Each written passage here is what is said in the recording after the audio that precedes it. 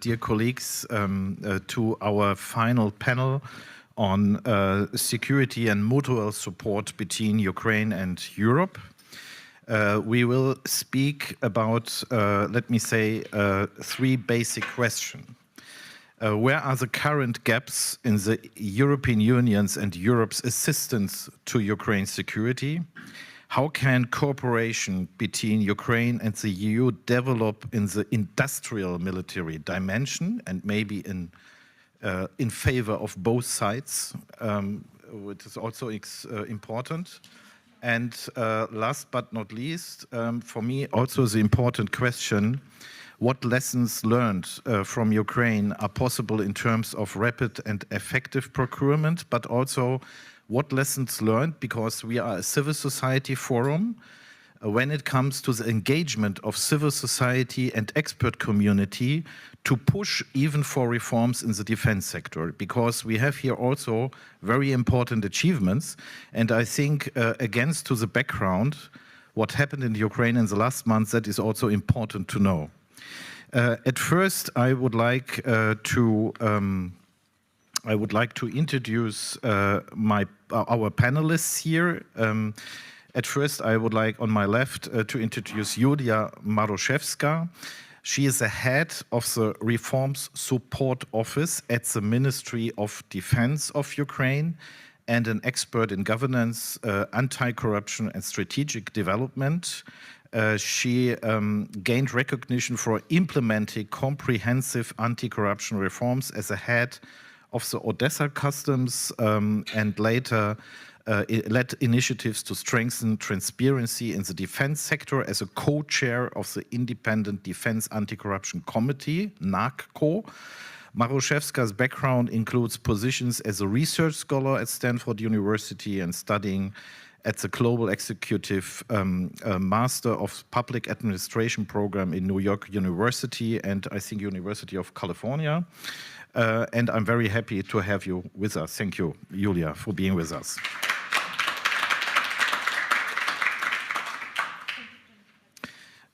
I would like to welcome online in Kiev, Oleksandr Merezhko.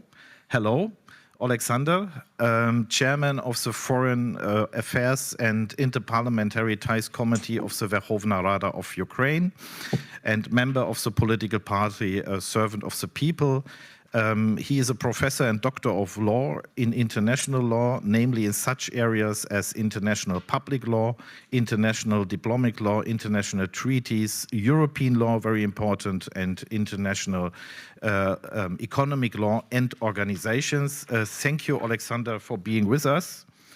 Yeah, of course.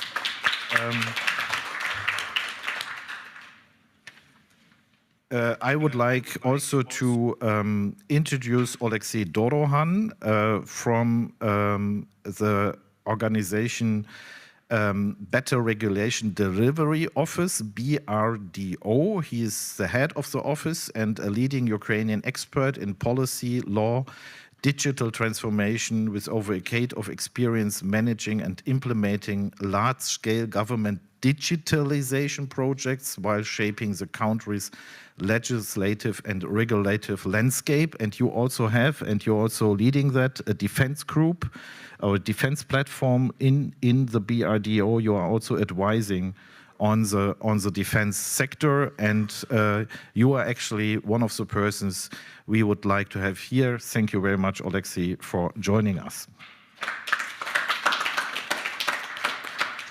And now I have to look because I have to.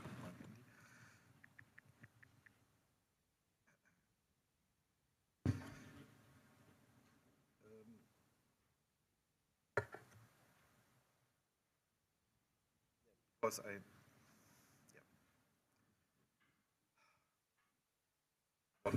So and we have Łukasz Maślanka from the OSW, the Polish think tank in Warsaw, a leading think tank in security. Łukasz is an expert on, I think, European security, also specialized on security of France, and he will look at the questions from the point of view of European Union, what is necessary and what is possible from the side of European Union. I would like to begin at the beginning, nevertheless, with Mr. Merezhko. I would like to tell you that Mr. Merezhko has to leave after 30 minutes because he has another session, I think, in Parliament. The same is a little bit true for Yulia. She will be with us to the formal end of the panel, but she has clearly to leave at 17:30 because she has to join, she has to go to the airport for the next conference. So, so I would like to begin, and I think if we speak about security, we cannot avoid to speak shortly about the currently situation on the front in Ukraine. Mr. Merezhko, I would like to ask you, we see the developments in Pokrovsk, that Russia maybe is making more advances than before, but not very big advances. And what is maybe also a little bit concerning is that in the shadow of Pokrovsk, Russia is also advancing in the south, in Zaporizhia Oblast, in Dnipropetrovsk Oblast. So how do you see the situation? And from your point of view, what would be your message to the European partners? What is needed actually now? Thank you so much, and the floor is yours. Thank you so much, dear colleagues. Thank you for inviting me. For me, it's a huge privilege to talk to you about the most important things regarding the fight for our survival and our security. Well, yes, we should remember that when we are talking about Russian aggression against Ukraine, we are talking about some, well, analysts call it asymmetric conflict, others call it the war of attrition. But when we're talking about the war of attrition, we should understand, we should keep in our mind that the situation is getting more and more difficult, economically speaking, militarily speaking. And of course, situation at the front right now is difficult, especially when we're talking about Pokrovsk. But the thing is that Putin was planning to take Pokrovsk more than 2 years ago, and he failed. His initial plan was to take at least what we call Donbass, those regions, those oblasts like Luhansk and Donetsk Oblast. And so far, he has failed to do it. That's why, despite all the difficulties, despite the fact that Russian troops are inside Pokrovsk, but so far, Russian troops have failed to take it. We continue to fight, and we understand that situation can be developing in different kind of direction, and there is a danger that Russian troops will completely destroy Pokrovsk. And maybe at some point we might have to take decision to withdraw or not to withdraw our troops. So we should be realistic about that. But so far we continue to fight and we continue to repel Russian attacks.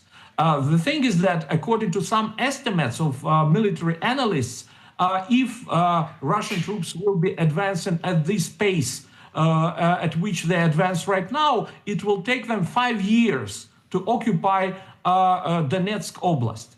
So, which means that Putin thinks that time is on his side, but in reality, it's not on his side. And we might be reaching a tipping point when time will be on the side of Ukraine. And for Russia, Russian troops have bogged down in the territory of Ukraine. And at certain point, time can be on the side of Ukraine. So we have to continue to fight. We are on the defensive. From military perspective, to be on the defensive is easier. According to some estimates, Russians are losing lots of soldiers, and the ratio is 5 to 1. 5 to 1. So Russia is losing much more troops.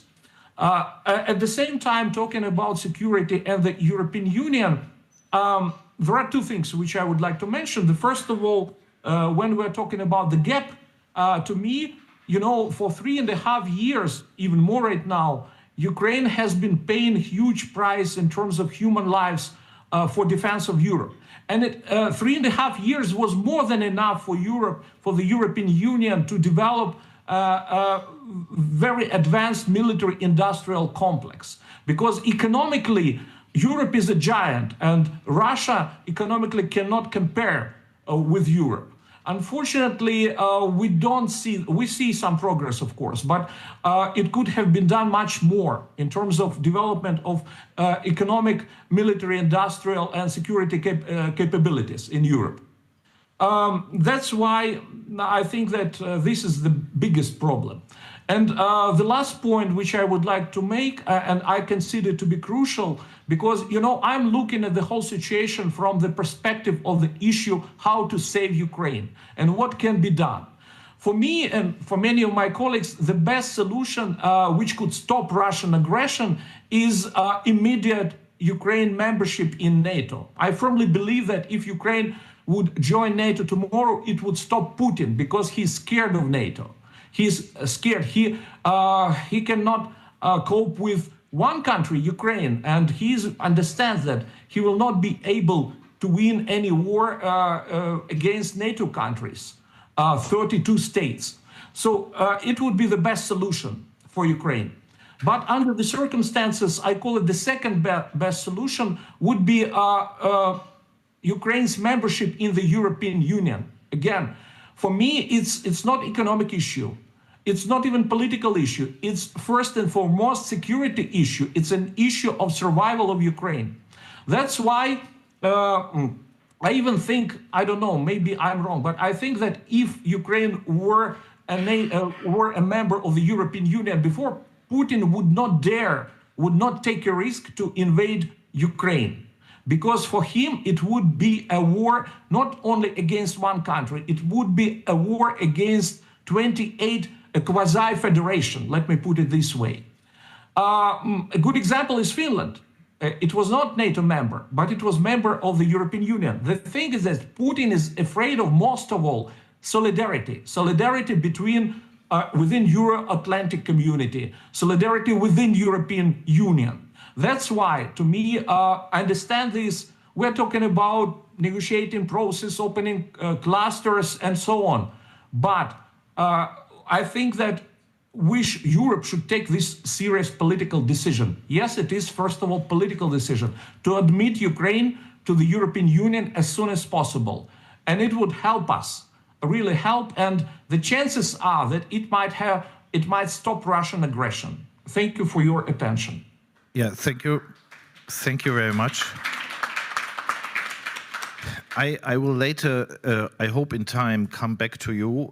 I think what you said is also in the direction that the Europeans have to give the message that the support for Ukraine is very clear for the next 3 to 5 years. I think that is very important, that Putin knows he cannot destabilize and not bring divisions in that support. And therefore, we want to speak now in our discussion how to put that support in a better cooperation in the military and security field, let me say, not only on a large scale, but also on a permanent basis. And therefore, Yulia, I would like to ask you, what steps maybe and reforms have to be still undertaken in Ukraine supporting states and in Ukraine itself as well to improve arms cooperation so that Ukraine can benefit from it as quickly as possible in its current defensive fight? And what are the key areas here for you to focus on? Thank you so much for your question and for the invitation to speak here. It's a great honor for me. So I'm representing the Reform Support Office of the Ministry of Defense, and one of the core reforms that we worked on since 2023 is the procurement reform.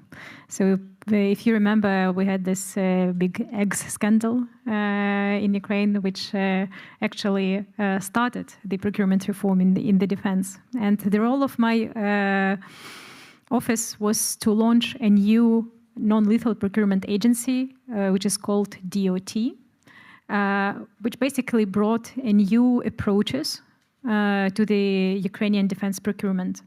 During the first year, they saved almost 1 billion hryvnias to the Ukrainian budget due to the more modernized procurement procedures. And currently, there is a new tool, which is called .chain, is being implemented. So that's a tool that allows brigades to procure drones and electronic warfare on an online marketplace. So as a brigade commander, you can enter the website and you can choose. You have a budget that you can spend, and you can choose what type of drones you need for your brigade, and they will be delivered to you. From the delivery process now is from 5 days to 2 months. It depends on what you are procuring. So I started mentioning you this approaches to procurement because that's something that we've been asked a lot from our EU partners about. Because if you will think about how the procurement currently looks in Germany, for example, that will be a very different model. And if we are talking about being prepared and the readiness of the nation, the procurement cycle, which takes months and years, will not be sustainable for the real warfare. Another thing that is also being looked pretty closely at is the decentralized procurement. That's also the direct procurement of the brigades, but on the budget of the brigades. Currently, every Ukrainian brigade every brigade/military unit have 150 million hryvnias that can be spent plus, so it can be much more. It can be 500,000 hryvnias yearly that can be spent on the direct procurement. What is so special about it? And that's something that no other nation in the world has. So our brigades can procure equipment, so drones and other things, which are not licensed or certified by the Ministry of Defense. So basically, something was built in a garage, and the brigade commander thinks that that can be efficient and save lives for his unit. And he, or I want to say he or she, but we are not yet there. So, and he can test that at the front line and buy these drones or EW for his unit. And that, billions of hryvnias, actually now it's more than 1 billion euros that was spent for the direct procurement, developed Ukrainian industry. So you don't have to fight for licensing and certification. You can test at the front line your equipment first, and then when it's proven, it will go up to the centralized procurement, and then you will get much bigger contracts. But still there is space for the market to develop. That's something that our partner nations are looking at. So we are transferring these lessons learned through NATO, through the JETEC Center. Hopefully it will be adopted in the EU countries. From our side, what we should be looking at in terms of defense reforms, it is still two main directions that we as the Reform Support Office are looking at. First, it's a human-centric approach in the armed forces, which includes a lot of elements to it, from the recruitment, training, HR policies, and a lot of other components. And other is the technological development. So that's everything that goes with it, digitalization, better system for the manufacturers, for the industry, and so on. But human-centric approach means also better preparation for the people, yes? Definitely, training, to make the people or to empower the people to better follow the technological development, yes? Yes. Okay, thank you very much. Łukasz from the Eastern European Institute in Warsaw. What we now learned here from Yulia means that in Ukraine you have a horizontal procurement. So you have a procurement without additional and overburdening bureaucratic steps of decision making. Is that at first is it really to imagine that European states can implement that? And what are for you, from your point of view, with your special accentuation on the European needs, what can be taken from these experiences from Ukraine? And also maybe if you have something from Poland, because Poland is already also working, of course, with Ukraine, yes? Yeah, to some extent, I think that we can implement it. For example, in Poland, we have territorial defense forces, which are it's kind of horizontal army. So there are people who go to work normally, but when it's a necessity, they are gathering and they make something, for example, in terms of civil defense, or they make exercises. So I think that this decentralized procurement is a very good idea for such forces. When it comes to regular army, I fear that this would be very difficult because regular forces work within NATO, and NATO is quite a hugely bureaucratized institution that has its needs of standardization, etc., etc. So I think that this would be more complicated. For the European Union, I think that much has been done since the start of the full-scale invasion of Ukraine. So we have now two programs, SAFE and EDIP, in which Ukraine can take part. And I think this will be a kind of litmus test to which extent member states and European institutions are ready to cooperate with Ukraine. I would hope that some member states that don't feel directly threatened by Russia will use a SAFE program to make some acquirements for Ukraine in their defense industry. So yesterday or before yesterday, President Zelensky was in Paris. There were some important deals made between France and Ukraine, and I hope that one of sources of financing of the acquirements Ukraine wants to make at the French industry will be the SAFE program. EDIP is a program that can help to make Ukrainian defense industry and the European defense industry to cooperate better together, because it offers some money for some investment, for example, regarding the access to raw materials. And going back to Poland, I think that we have some good examples of cooperation between our countries, between Poland and Ukraine.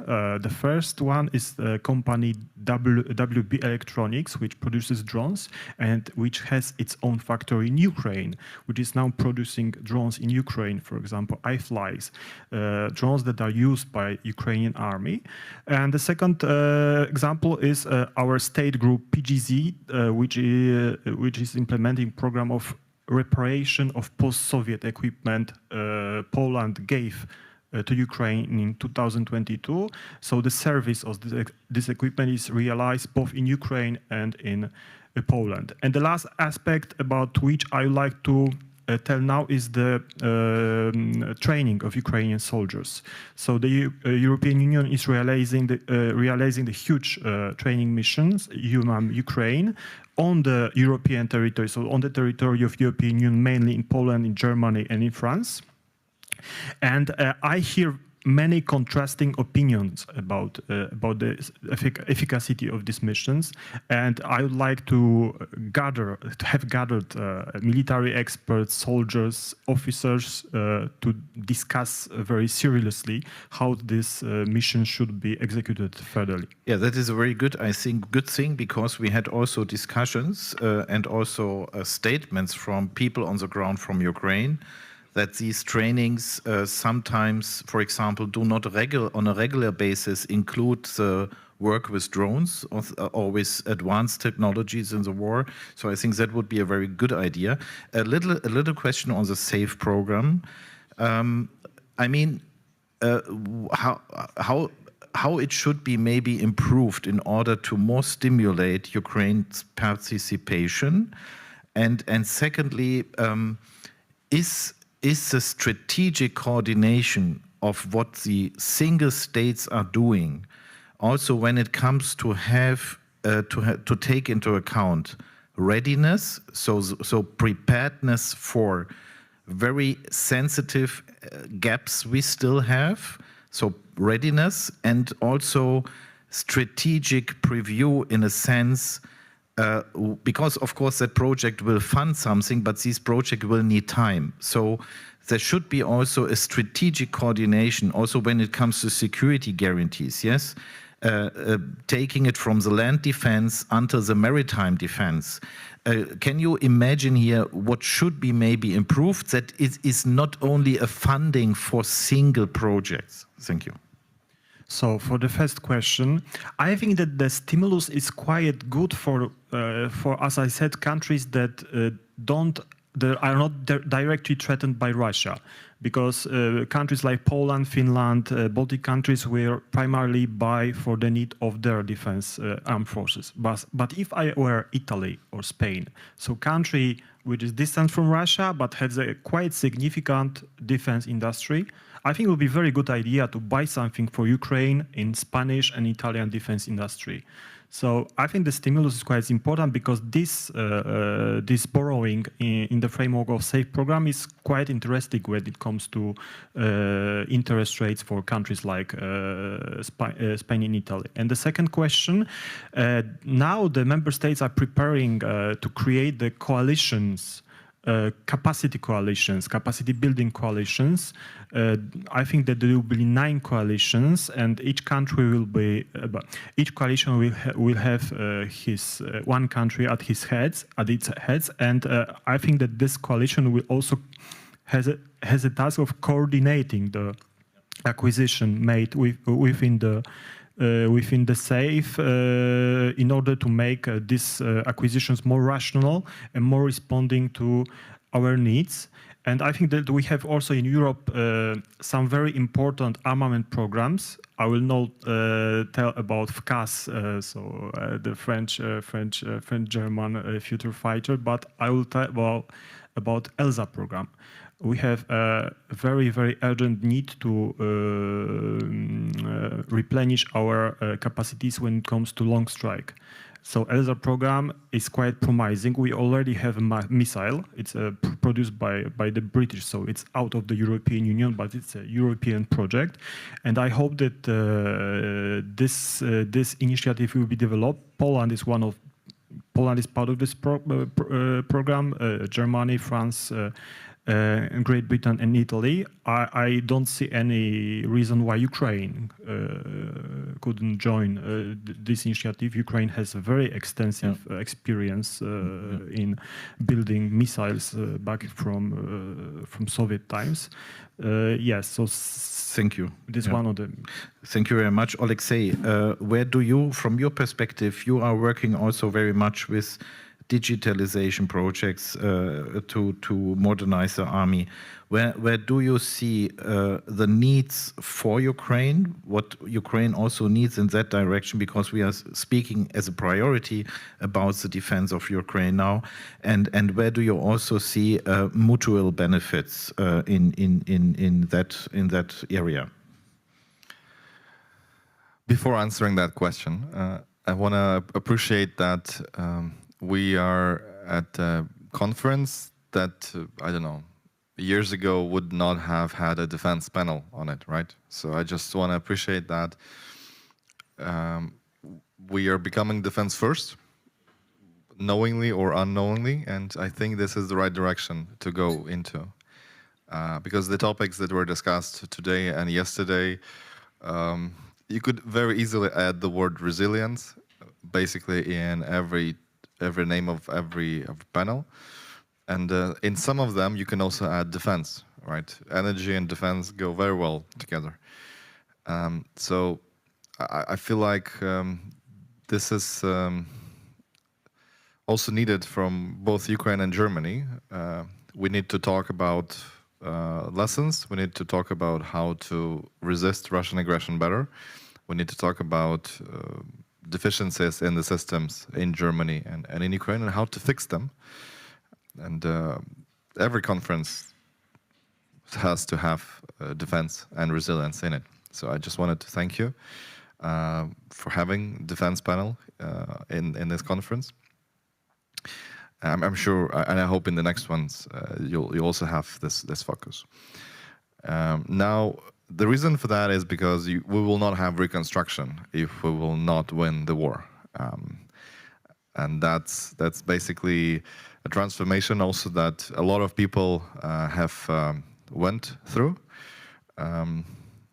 So that's a key thing that I wanted to start with. Now, in terms of needs that you've discussed, this is basically there is an like abstract level and then the practical level. On an abstract level, we know that strengths and weaknesses of Germany and Ukraine in defense industrial complex, in defense and resilience are different. Therefore, we can be stronger together.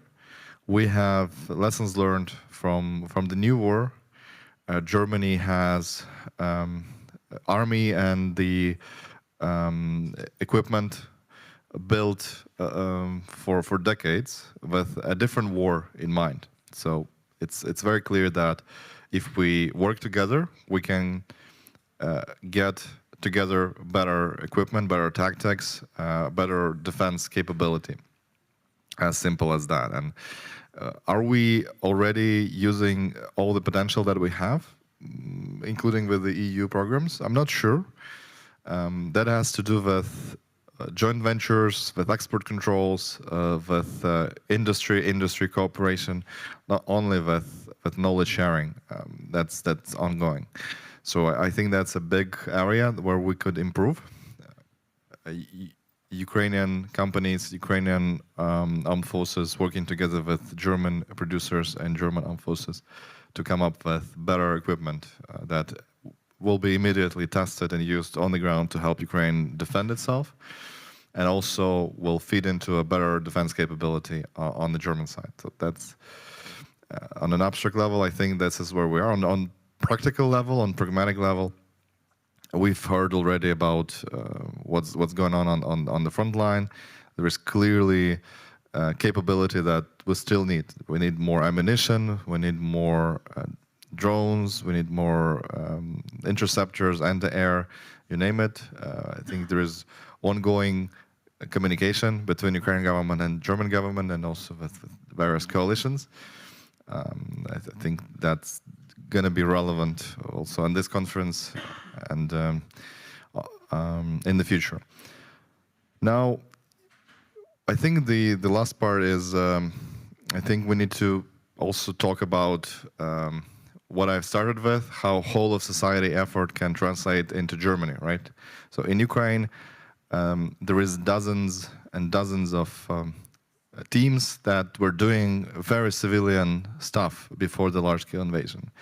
And to a degree, Ukraine has been maximizing potential impact from all of these bright people working in defense to perhaps a larger extent that is on average in Europe, right? Where are the best people in Europe, in the European Union going to? Are they going to investment banks? I don't know, large companies, whatnot. So it's not and it was also in Ukraine true. It was not very fashionable to focus on defense. I think it needs to change, and I'm sure Henrik Böll Stiftung historically has not looked very focused into defense, and I think all think tanks, all organizations like that, all businesses, all banks need to ask themselves, what can we do to support defense resilience of Germany and of the EU? And yeah, if you ask Ukrainians on every topic that was listed today, there is a resilience and defense angle that can be talked about and can be improved upon. Thank you very much. I think that's a very good point, because that means that civil society, expert community in that area of defense and security also should have an ownership, and also should be let into the decision-making processes. And I think that is actually the problem what we have still in Germany and in Western Europe, to really change a little bit the algorithm of that developments. I mean, is Mr. Merezhko still with us, or I do not? If the screen is black, maybe not. No? Okay, good. Then, because then I take that question later and will again, Yulia, I would like to ask you about a very concrete thing to finish that aspect here.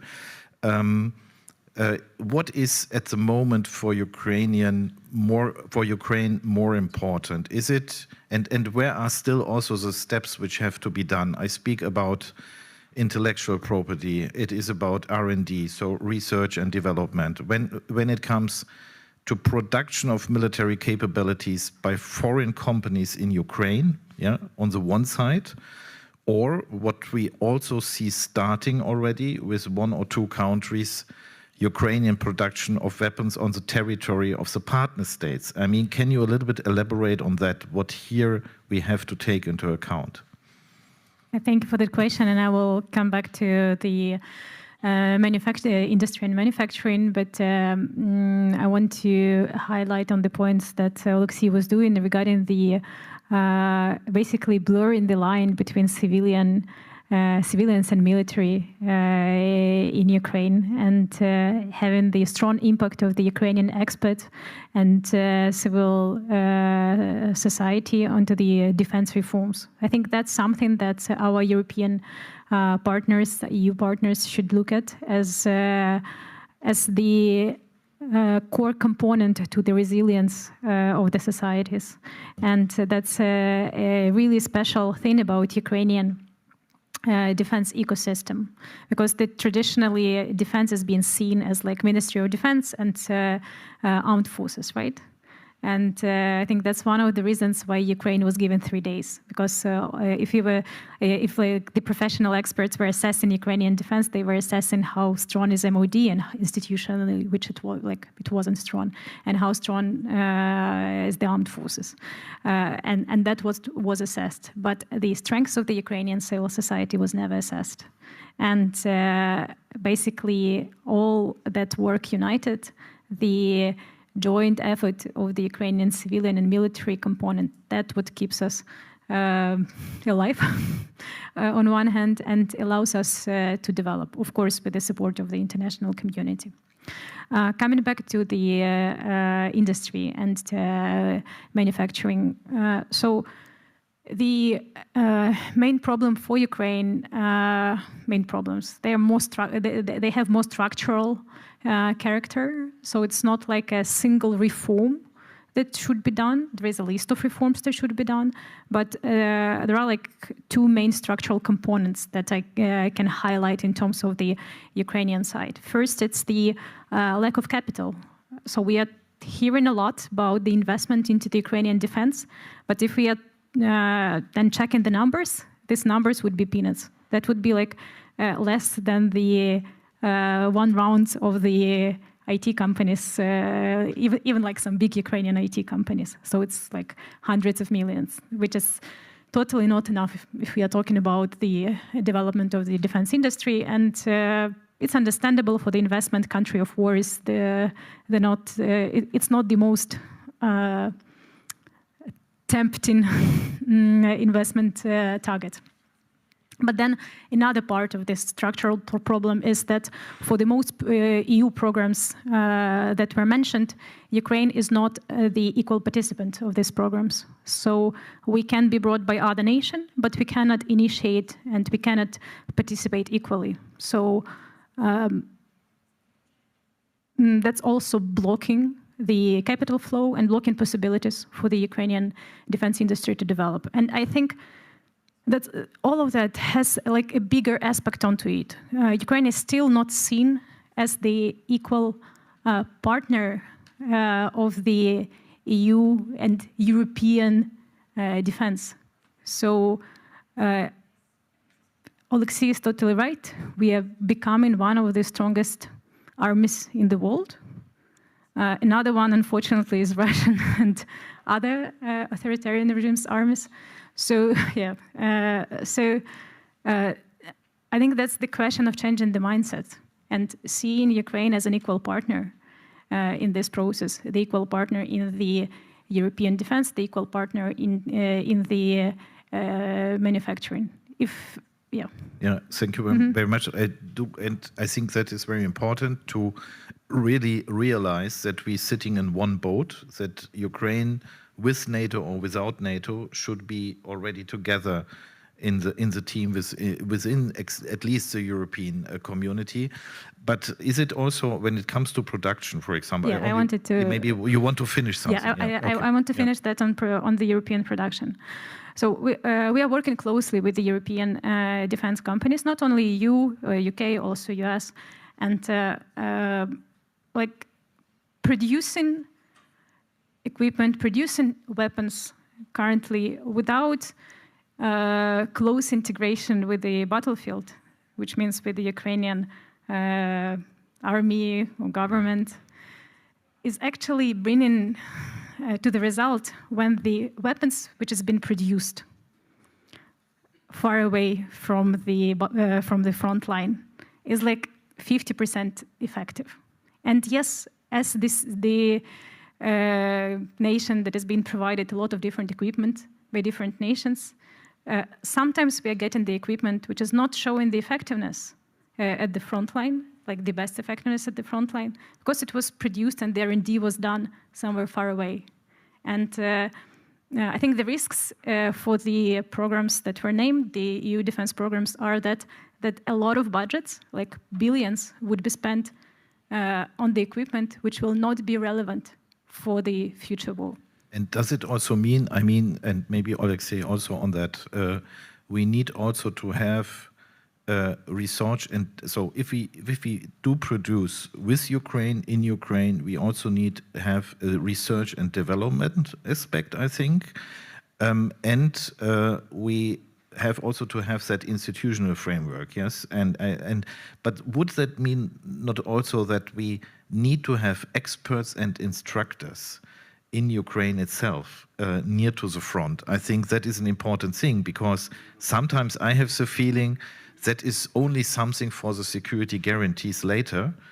So can you a little bit elaborate? Is there already something going on? Are nations already engaged in Ukraine, near to the front, near to the centers where the war is going on? Yeah, so to continue, security and defense is not a result. It's not a state even. It's a process. And therefore, you cannot buy security. You cannot go into, I don't know, a defense company and then buy a tank, and then now you're secure. And unfortunately, it doesn't work like that. And what I mean by process is that, and what Yulia said, if you buy the best drones, cutting edge, I don't know, most effective on the front line today, and you're going to put them in a warehouse here in Berlin and wait for 5 years, you can as well throw them away, because in 5 years you'll need different drones, because it's a process. The speed of innovation is so fast that it's now basically useless to think about defense capabilities in terms of a physical object. Even if it's the best physical object in the world. And now what comes into the process? Yes, testing, feedback from the battlefield, training, changes, constant changes, and etc. So in this sense, when we previously were talking about importing and exporting weapons, we're now importing and exporting security. And if Ukraine was a net importer of security at some point, we will be exporting security, and arguably we're already exporting security to our allies in terms of knowledge and different other stuff. Now, can we export security also with physical objects? Yes, obviously, and that will mean also exporting the processes around the physical objects, the training, the digital systems, the drones, the producer teams, whatnot. And for that, we need some regulatory changes and political changes to go forward. And arguably, there is some way forward of integrating together European defense industry and regulation with Ukrainian defense industry and regulation. Because we still have export controls between EU and Ukraine, both for dual use and for military purposes. So you can export something, a drone from Germany to Poland without, if it's dual use, without a license, and if you want to export it from Germany to Ukraine and vice versa, you need to have it, which is strange, right? So if we are allies and integrating to such a large extent, we should be working together and we should be codependent and co-integrated, because this way we can maximize the potential of, you know, in business it's called value creation. In this case, it's security creation. Thank you very much. Łukasz, I would like to discuss with you a certain dilemma we maybe face. Faced with the Russian threat, NATO's European partners must now strengthen their eastern flank, yeah, and under time pressure, because maybe we have only 2 years. Yes, some say until 29. I would say the next 2 years, actually, when we are still weak, is very important. For example, one very important topic is to establish now a multi-layered anti-drone defense system on the eastern flank. Partners are very interested now in the Ukrainian innovations, actually what is going now on with the interceptor drones. But we know that Ukraine is also in need of that own production very much. Ukraine is also in need to train and to have specialist operators who can manage these drones. It's not only the drone, it is also an ecosystem you need here. And on the other hand, we have countries like Finland who already have some defense system made in cooperation with Ukrainians, in permanent cooperation with Ukraine. So seeing that dilemma, that the priority at the moment has to be Ukraine, because Ukraine is keeping our eastern flank at the moment on the one hand. On the other hand, we also need to build up that, because we see the hybrid attacks of Russia into NATO countries, actually in Poland. Yes, we need to be capable, ready, and credible, but we can only do it if we have these capabilities. So what can we realistically do with Ukraine at the moment to incorporate that knowledge and innovations into our defense, into the defense in Europe, in the other European countries? Yes, I think that we can, as NATO EU members, make some purchases at the Ukrainian defense industry. For example, some drone technologies, exchange of experience, training, also better cooperation on the border. Poland is the only EU and NATO country that has common border with Ukraine, with Belarus, and with Russia. So we are in a quite specific situation. We are an important hub via which aid to Ukraine is delivered, but we are also very exposed to acts of sabotage made by Russian Belarusian agents on our territory. And this creates difficult dilemmas, and social moods in Poland are also changing, not for the better way for Ukraine, because not because Poles are becoming pro-Russian. No, because Poles are afraid of Russia and think that it's time to prioritize our own defense. So the defense on the Baltic line, defense with Kaliningrad and with Belarus. And as far as Ukraine is fighting, we don't expect Russian invasion, honestly. So we should prepare, we should increase the pace of production of our defense industry. But as you rightly mentioned, Ukraine is defending Europe, because Putin isn't able to make another big-scale invasion while fighting Ukraine. So, of course, every additional support for Ukraine is also investment in our own defense. And the problem for us is also we cannot figure out how situation will look like in next year. So, will we have a ceasefire?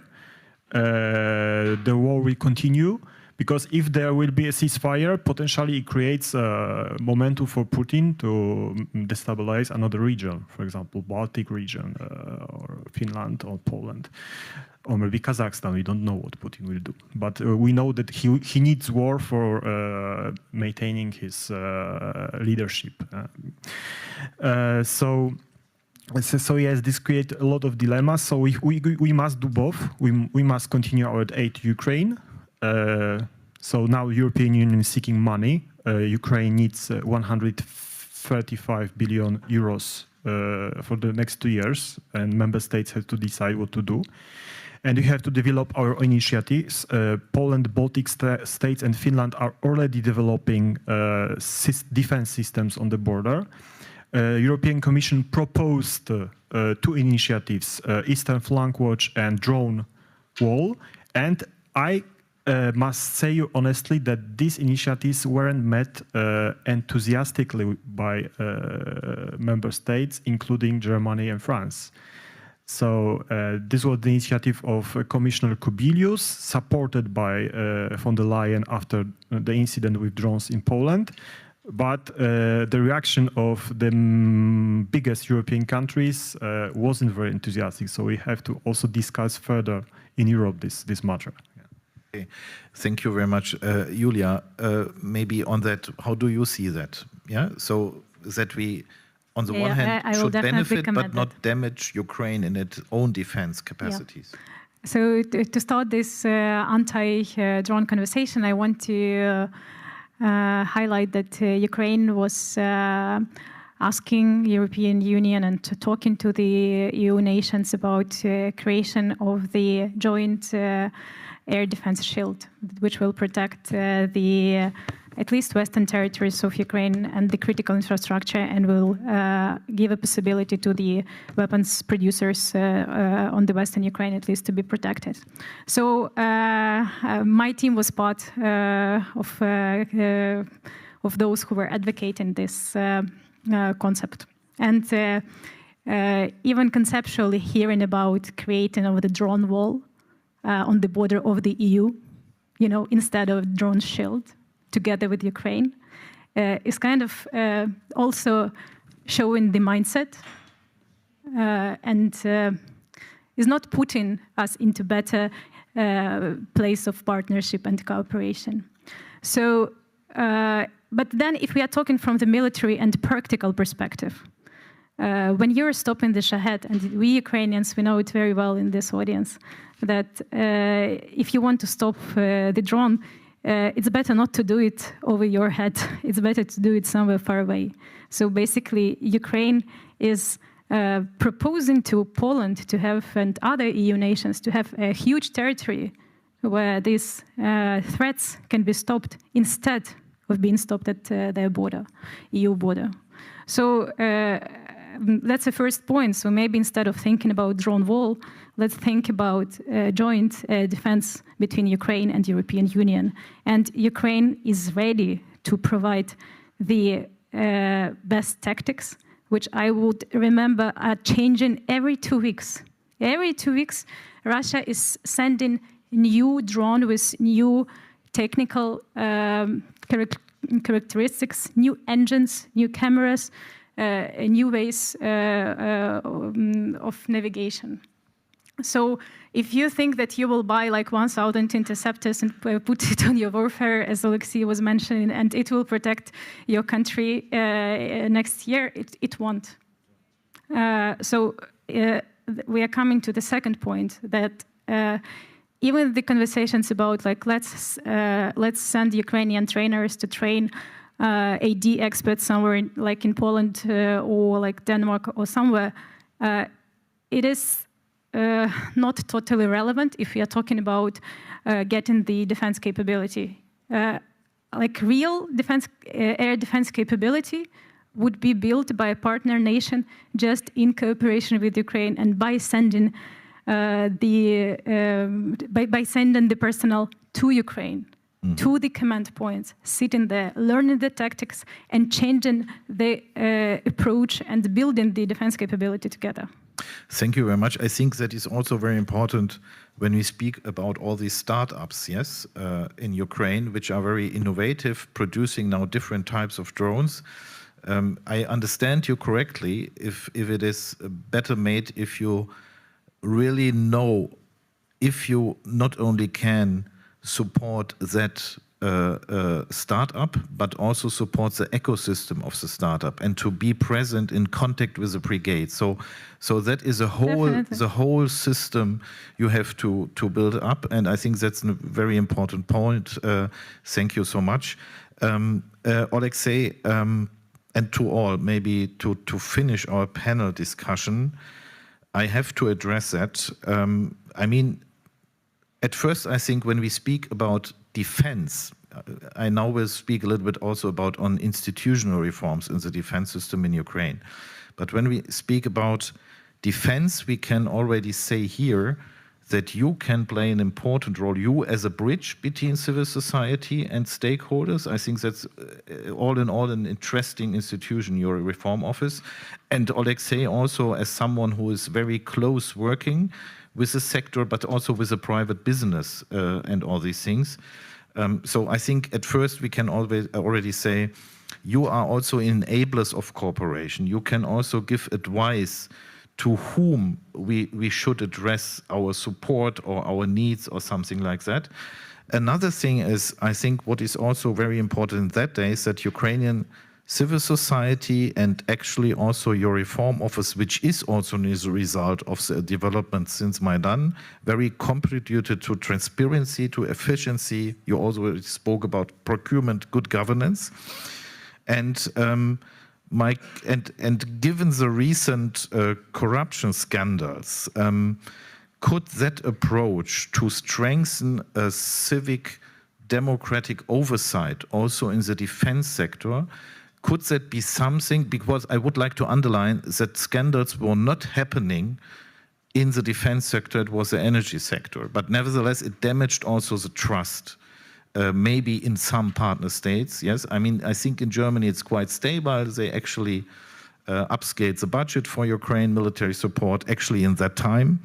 But could that be a smart approach to strengthen the trust? That is to you the question.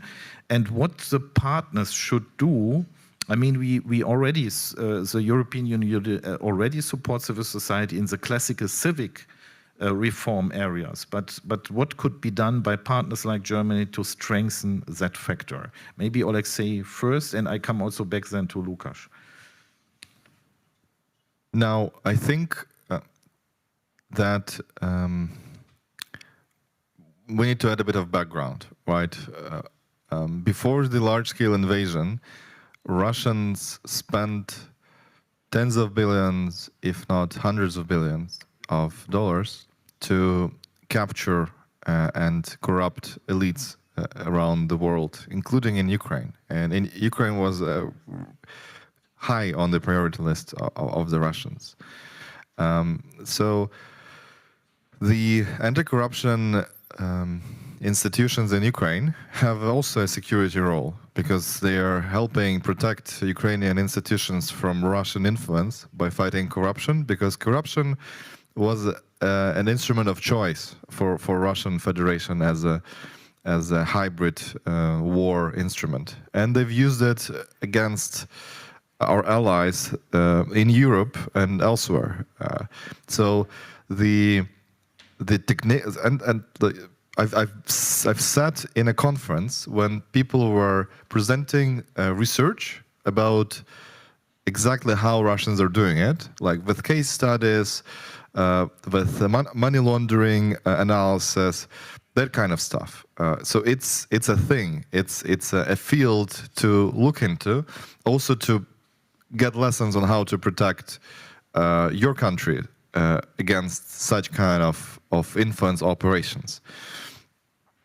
Now, having that in the background, the scandals, the corruption scandals that pop up in Ukraine, there is a very simple comparison, which is comparison to non-democratic regimes. There is normally no corruption scandals there, normally no good anti-corruption institutions there. So to a degree, of course, I'm not going to be protecting everything what happened, but to a degree, the scandals are a symptom of the system working, because if the system was not working, there would be no scandals, right? And I think the anti-corruption institutions are doing tremendous work, uprooting Russia. And the scandal in energy is also connected to Andriy Derkach, who is a Russian operative who was building basically spy networks in Ukraine. So I'm sure there are corruption scandals without Russian influence in Ukraine, but this particular one is definitely connected to Russia. And Energoatom was for a long time also captured by Russian influence. So I think it's a good symptom. Now you're asking, what about spillover effects? Like what's going to happen to defense? And I personally was not asked a lot during this week about this, but other members of civil society and I'm sure were asked a lot. I know that from them directly. And in terms of the risk, I think the risk of losing the trust is there. And I think everyone is watching very closely what happens next. Are there... so I think today there was already dismissals of 2 ministers already in the parliament that were in the tapes, and there is also consultations and very, very democratic and sometimes heated political discussions on what else needs to happen for Ukraine to solve, to address the deficits that were found during those anti-corruption probes. Łukasz, how you see that from the European perspective or from the Polish perspective? So the European Union has its own anti-corruption institution. There is the office of the prosecutor, EU prosecutor, which can be also engaged when it comes about European money that is given to Ukraine. Maybe this office should be given to some possibility of acting directly in Ukraine, together with Ukrainian anti-corruption authorities, because this would be a kind of limitation of sovereignty. But if we are talking about large sum of money that are being transferred from Europe to Ukraine, so the EU citizen can ask what's going on with this money then. So maybe such kind of limitation of sovereignty for Ukraine would be acceptable in the name of the more transparency, especially if we will have presidential elections in France in 2027, next elections in Bundestag, and what will be the result of these elections and what impact will have this result on the help for Ukraine. This is a drastic idea, but it's one of the ideas that can be discussed. And secondly, I think that corruption has also a direct impact on the performance of Ukrainian army. I think that some losses on the south could have been avoided in 2022 if the local elites weren't corrupted by Russia. And Ukraine, Southern Front would be in better situation now. So yeah, it's really important and it had this direct impact, but as a Pole, I wouldn't like to preach too much about the situation in other countries. So it's up to Ukrainian to choose. And I would like also that more Ukrainians abroad, in Poland, in Germany, would be as active as you are and as engaged in the affairs of your country as you are here. But unfortunately, it's not the rule, and Chancellor Merz said something about that a few days ago. Yeah, Yulia, I think it is possible, yes, that actually Ukrainian civil society, together with the state institutions, provides for that. I think so. You said institutional reform for overcoming governance lacks is not in a contradiction to security. And I think we can say you are, because I would not to burden Ukraine again with new benchmarks, yes, from European unions in the war. So if you got more support for bringing that component in, we could also, on Ukrainian basis, have enough control for the processes that money is come to the right end. Yeah. So first of all, reacting to your point on this corruption case, of course, it's unacceptable for the wartime, and the reaction must be strong from on all levels. Then coming back on the reforms and in the defense sector. So the reforms process that is happening in the defense sector, even though we are currently at the active warfare, is the most dynamic process of reforms that ever happened in the defense sector in Ukraine.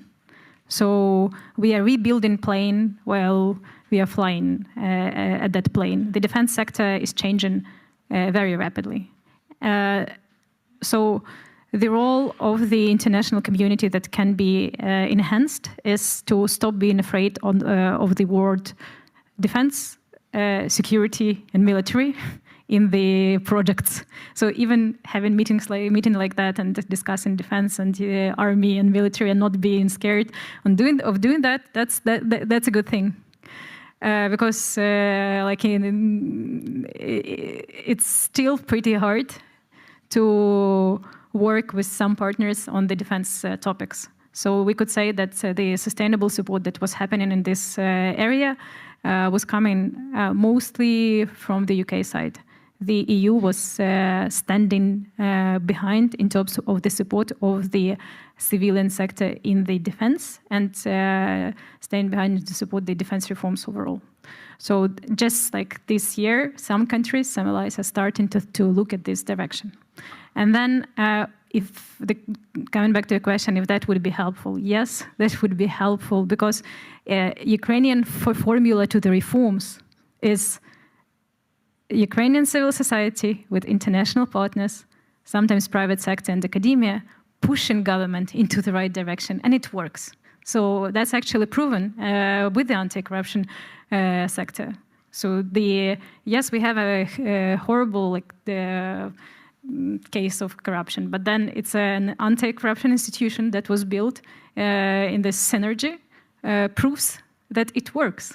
So the guy who is running it is my deputy from Odessa Customs. So Simon Kryvonyks, we are working closely with him, where he was helping me to clean up seaports of the Ukrainian Black Sea pretty successfully. So now the Anti-Corruption Bureau is showing the results of its work. It's an institution that proves that it's capable. We have to build the same capable institutions in the defense, because as we understood, future of the EU defense, either it's wanted or not, it will be together with Ukraine. And Ukraine is becoming a security provider for the region. And to become the security provider, this strong security provider, we need sustainable defense institutions. And in Ukraine, institutions are being built in the close cooperation with the experts, civil society, international partners, private sector, academia, and others. So we have this defense ecosystem that should be supported, and it will drive, and is already driving, the crucial reforms. Thank you very much, Yulia. And I think actually the defense sector already proved that we have the instrument to tackle these problems, yes. And having said that, and having addressed that, I also would like to underline that nevertheless, these things are a separate problem to defense of Ukraine, because it is about a war which is unproportional without any rules, and it could not put in one package, yeah, these two things. I think the support, of course, for Ukraine has to be independent from problems we will have also in future, because the process with the accession is a big thing. Ukraine has made progress, and it should not damage at all the support. I think that's also very important to know. We should not mix up that. But I think your signals were good, and you told us, all of you told us how we have to address that problem. Now we have maybe questions in the... Yeah, and you can maybe, if I would like to ask you to introduce yourself shortly and to tell me to whom you address your question.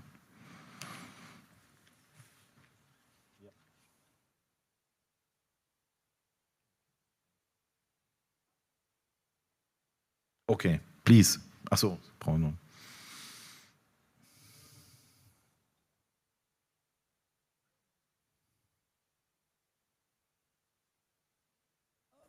Doesn't work, or another microphone? Oh, now it's working. Now it's working. Okay. Yeah. Yeah. My name is Christoph Müller. I have a YouTube channel. It's called Talk for Ukraine, and I would like to address either to Yulia or Oleksii the following question.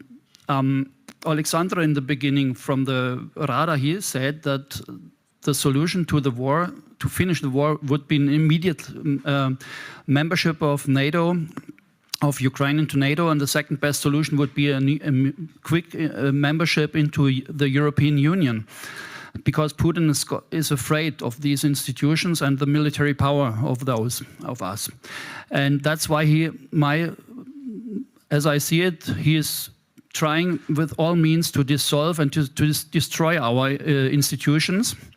And so time is also a very important issue. And that's why my question, how can we, and as I also say, those organizations, they are very old and very big and very, very unflexible. And it is not so easy to become quickly a member into those institutions, as you see. So my question is, how can you first, what would be the best thing to do? To get quickly into the European Union or NATO? Or secondly, to make another organization on your own? Because also you mentioned that Ukraine is the strongest army, military in Europe, with the quickest way of research and development and so on. And so wouldn't it be a good idea to make a known security organization with the leadership of Ukraine, and let us, the European Union, become members in those, because time is quick. So I will ask Yulia for that. Okay, thank you, but we will collect maybe a few questions, yes? I know you have to, okay, then I take two more questions, because and actually to Yulia, please. You was first, and then you, I think, and then there were two also. Yeah, please begin. Hello. May I ask in Ukrainian? It will be easier for me. Моє питання щодо іншого. I have a question regarding a different aspect of the safety. It's demining. We know that Ukraine is the most mined territory in the world, and we need a lot of time to demine the territory. And it would be interesting for me to know which experience you have. Are there any negotiations or initiatives how EU supports Ukraine? Another question, and if possible, to Yulia. Maybe you, I'm not sure who of you was first. Matthias Brückmann. I'm active in the partnership between Berlin-Pankow and the city of Rivne, and in a journalist network called Recover Ukraine. I just recently have been to Ukraine and spoke to drone producers. They told us it's not possible for Ukrainian companies to export, and it's even not possible to exchange technology. Is it right? I see it's right, okay. And the second question would be, you said local commanders are allowed to buy techniques or drones or what else for their need. How do you exclude that they are buying something which is produced by their friends and by companies they know, and they're getting kickbacks? Thank you. Thank you, and if you have a short question to Yulia, and then Yulia makes a wrap up of... Yeah, Dada Melling, Center for Liberal Modernity. One short question. How does the Build with Ukraine initiative and joint ventures work in Germany, whether it is successful? And if you have any recommendations that we can communicate further to the decision makers in Berlin, please, we'll be happy to hear them. Another question, very short. We know that Denmark announced in April they will train their own soldiers in unit unarmed in Ukraine. Maybe some other countries do it, but not that vocal as Denmark. Are there any conversations about it in Germany for German units being trained in Ukraine, not for Ukrainian soldiers? And if also you have any recommendations how to communicate it, we're open to hear it. Thank you. Thank you, Yulia. You begin. Thank you so much for your questions. So I will take the one on the NATO integration and on the decentralized procurement, and then on demining and joint ventures, and probably I'll train into demining and joint ventures will be on Oleksii, as it's more of his topic. So on strategic allies and building the coalitions. So definitely EU and NATO integration is a first priority to Ukraine. NATO integration is in our constitution, so there is no other way for us. So it's not something that is discussable in our society. It currently has a huge support population, and probably as a respected blogger, you know that. So I'm also grateful for your work to promote what's happening in Ukraine and to talk about that wider. About building our own coalitions led by Ukraine, that's a great approach, very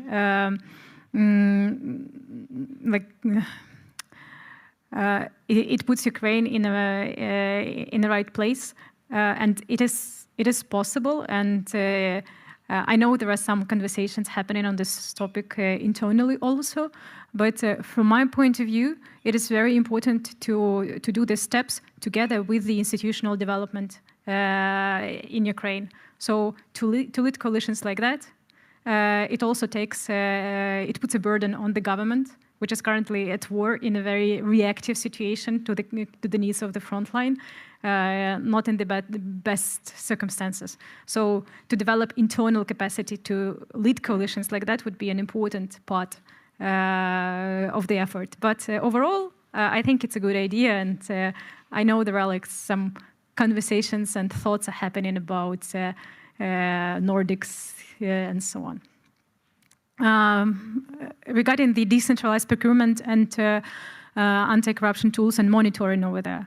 So first of all, if the brigade commander is buying something that was produced by someone he knows, if it's effective at the front line, and if it's bought through the competitive procurement procedure, which is currently implemented in the brigades, then it's not a problem. So, and also take into account that the brigades, they have to, that's not something that they are buying for their warehouse. That's something that their comrades, that the soldiers of this brigade will be fighting the next day with. So the feedback from the brigade, I think, would be immediate if the brigade commander would order to buy something which is not effective at the front line, because everyone knows what are the most effective drones. If someone would buy crap on a high price, the payment for that would be human lives. So the amount of pressure which exists, you have to put it to take it into account too. But together with this pressure, there is a traditional structure of the controlling services. So there is also all the regular anti-corruption mechanisms are applicable to the decentralized procurement. So police, special security service, like prosecutor's office, so everyone has a power to control and monitor what's happening at the decentralized procurement. It doesn't have any protection towards this monitoring and controlling tools. Also, currently, we are discussing in MOD creating a digital monitoring tool. And in the .chain, it's already created, where you can basically see what is being procured by every brigade. And if you see an anomaly in the system, then this anomaly is communicated to the controlling services. So, for example, if all the brigades are buying like this type of drones, and then only one brigade is buying something like for more expensive prices and like different types of drones, then it's an anomaly, and the controlling services has to react on it. So that's the system that we are currently building when there is a data exchange. Taking the training question, that's fantastic that Denmark is doing it. I don't know if Germany is planning to do anything like that, but we think that that's the best way how the EU nations can train their armed forces, is to send their representatives to Ukraine to get the first-hand experience from our instructors. And thank you for brilliant questions and for the brilliant conference. Really appreciate it. Thank you very much. Now I let you go. Thank you.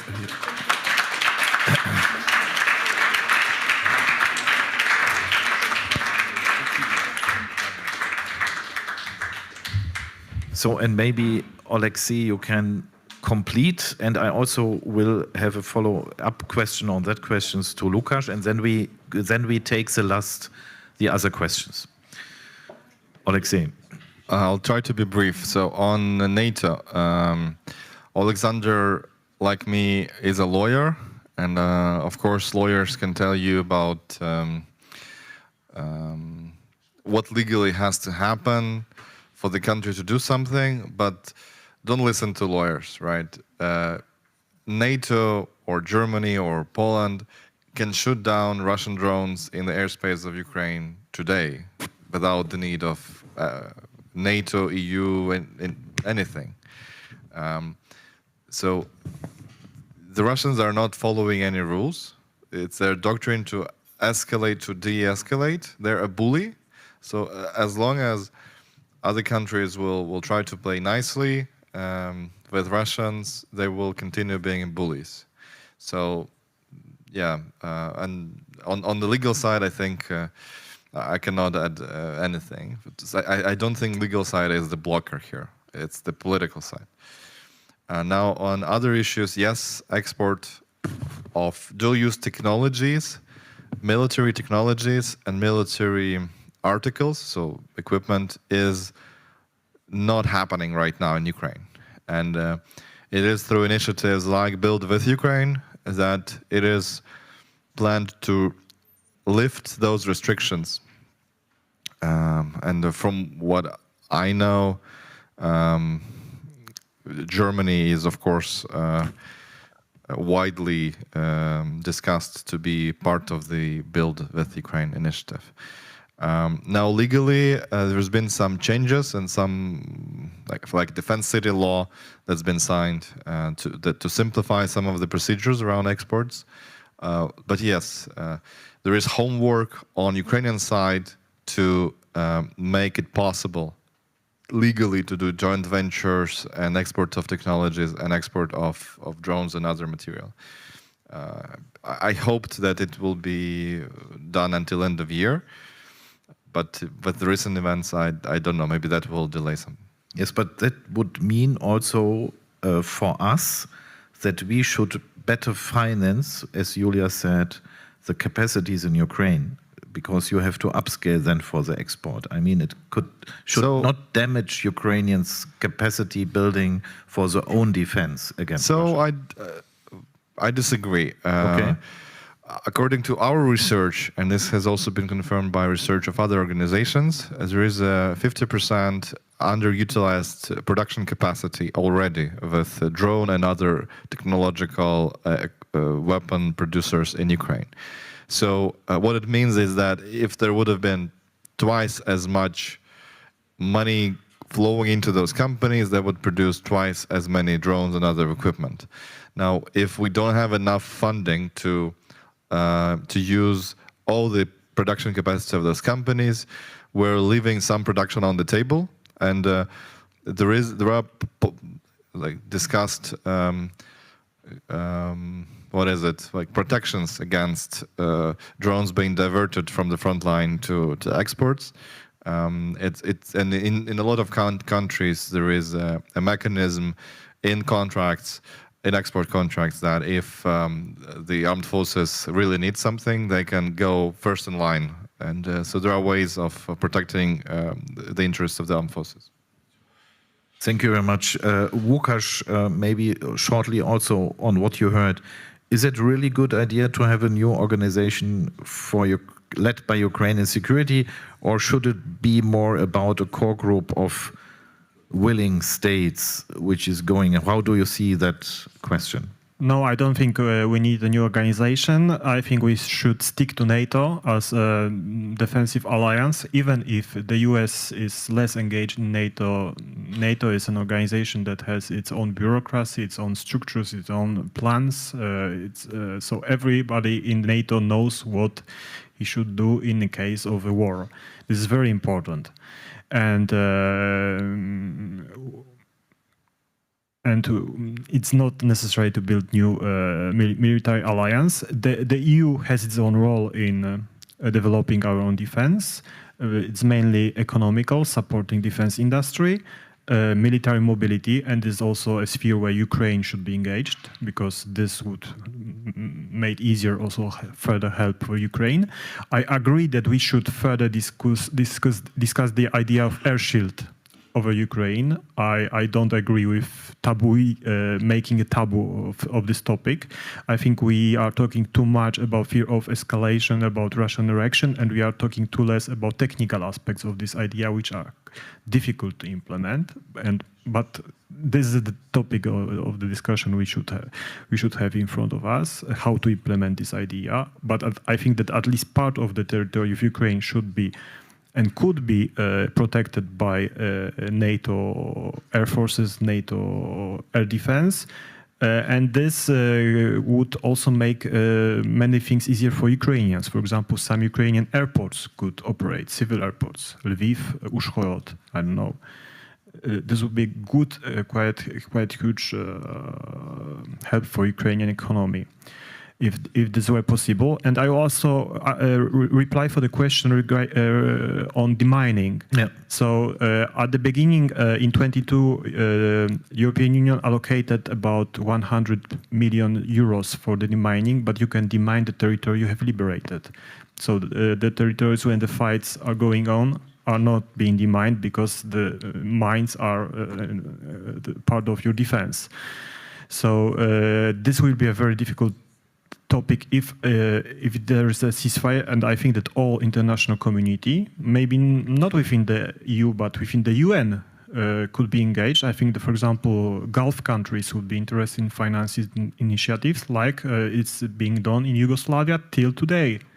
In Bosnia till today, the operation of demining are being carried on, and this will be a very, very huge challenge. Okay, thank you. Maybe the last questions. There was a question. Sorry, can I add on demining very quickly? Yeah, okay, of course, Oleksii. On demining, there's been a change in regulation, because under the old standards, it would basically take forever. So now there is dozens of private operators for demining services. We helped change the regulations. And also there is funding made available from the state budget, also with the support of international partners providing macro-financial support, but a program where the government pays to those providers for demining. Thank you very much. Please, I think, yes. Is there any other question? Because I would, after the next questions, I would close the panel. Okay, please.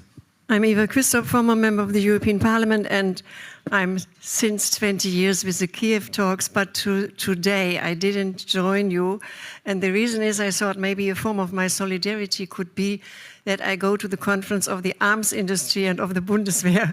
So I have not a question, but I have something what I learned there is that René Obermann, he is not my friend, but he is the head of Airbus, and he gave from my view, a very pragmatic, very clear speech linked with all what we have debating here now the last hour. And I think you should try to get the speech or to try and to get in contact with his team, because it seems that he has traveled to Ukraine, that he's very interested in the startups, the arms and defense startups in Ukraine, and that he has some ideas how Germany, the German army, German politics, and some other EU politics have to change to be quick enough and pragmatic enough. So that is one of my proposals to go in it. And the question which Yulia could better answer is, there was another panel there on gender equality related to the UN Resolution 1325. I don't know, 2 weeks ago we celebrated this year's Bell Foundation, but nobody made a link today. My idea is that using this question of gender equality and gender and peace and security, maybe that could be a help for anti-corruption. So what do you think about that? You could, if you, the more equality, gender equality you have in the army and the arms industry, maybe less corruption. Interesting thought. I give it to you. Well, in general, I agree.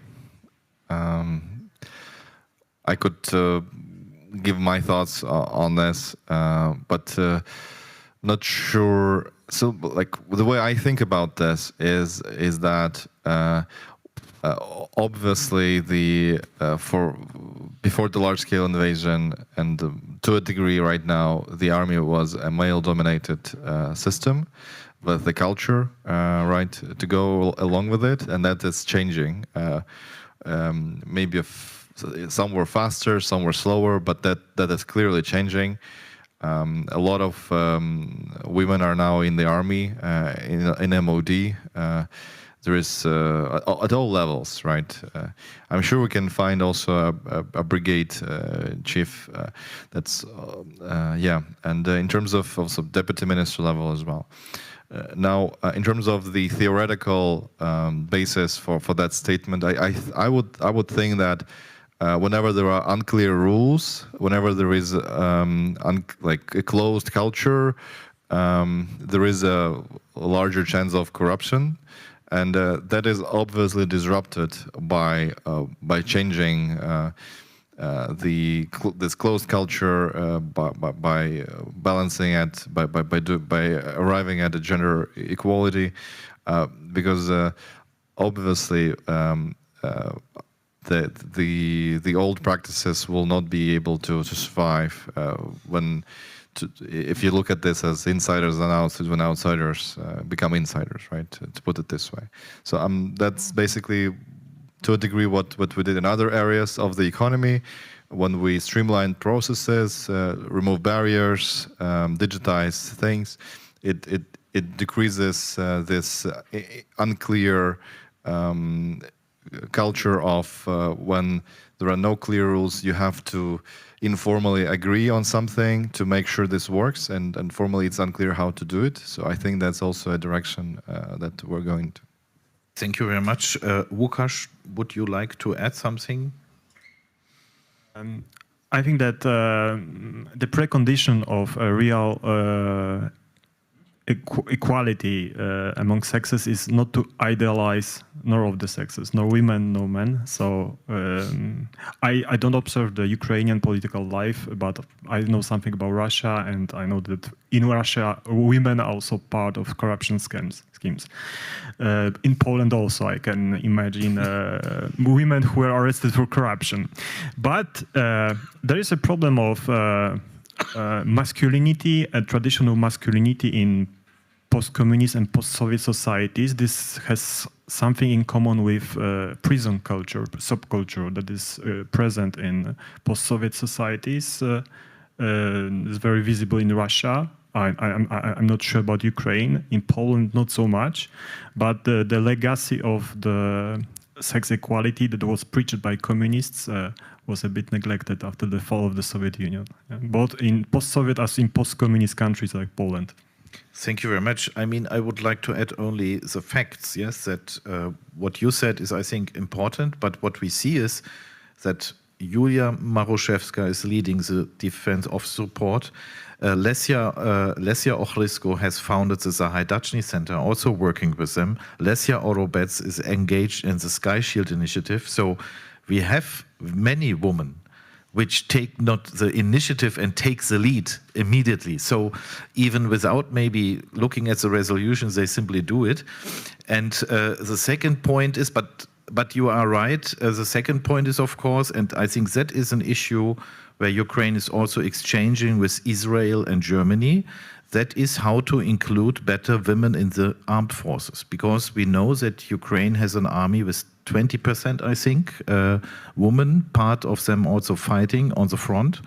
And I think that is, of course, something, but that is also work in progress. I mean, I would say that also given the experience of war, we also have something to take maybe from Ukrainian experience, how to integrate women and how to make the environment better for them, because that's an issue. That's an issue, of course. But it is, I think, nothing exposed as an exposed problem. It is something you have to deal with, and of course you have also to give support here. Thank you all. Thank you all for very much. Actually, very much thanks to the panelists. It was really great. Also, I would like to thank in absence Mr. Merezhko, because he very on short notice confirmed his participation. We have a budget plenary session in Ukraine at the moment, so it's very difficult to get the people from the Committee of Defense, which we had invited, but they could in the end not confirm for so many going on in that week in Ukraine. But that shows also that the head of the Committee of Foreign Policy is last minute confirming. I think that's very nice, and it shows us that our relations are already have improved, that we have red channels established. And thank you all for your nice inputs, for your great questions, for your patience and for your discussions. Thank you very much.